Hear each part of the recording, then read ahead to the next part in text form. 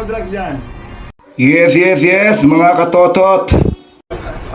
Sino ba yung ano dyan? Mga kliyente ko dyan? Tayo. Sino naka-PA ngayon dyan? Yung di pa na-inquest? Hindi pa kayo na-inquest? Alam mo, gusto mo ba ma-inquest to o gusto mo mag-PA muna? Alam mo ba yung PI?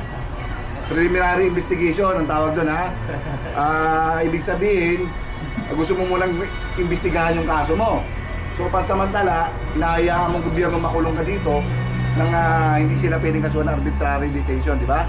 Kasi binahayaan mo silang makulong ka muna pansamantala habang iniimbestigahan yung kaso mo. Okay lang ba sa'yo? Ganon? Ayaw mo? Saglit lang naman yun. Baka pansamantala titigil muna yung sentensya mo kasi iniimbestigahan pa, kaya ganon?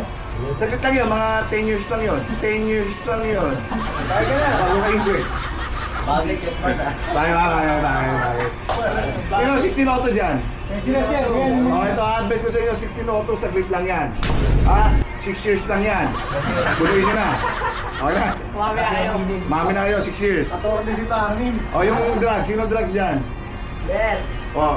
Advice ko, aminin mo na lang din. Sabi kaya, 2 weeks lang yan. And lifetime. Mukha ba akong kagalang-galang? Chipbat, eto na si Chipbat.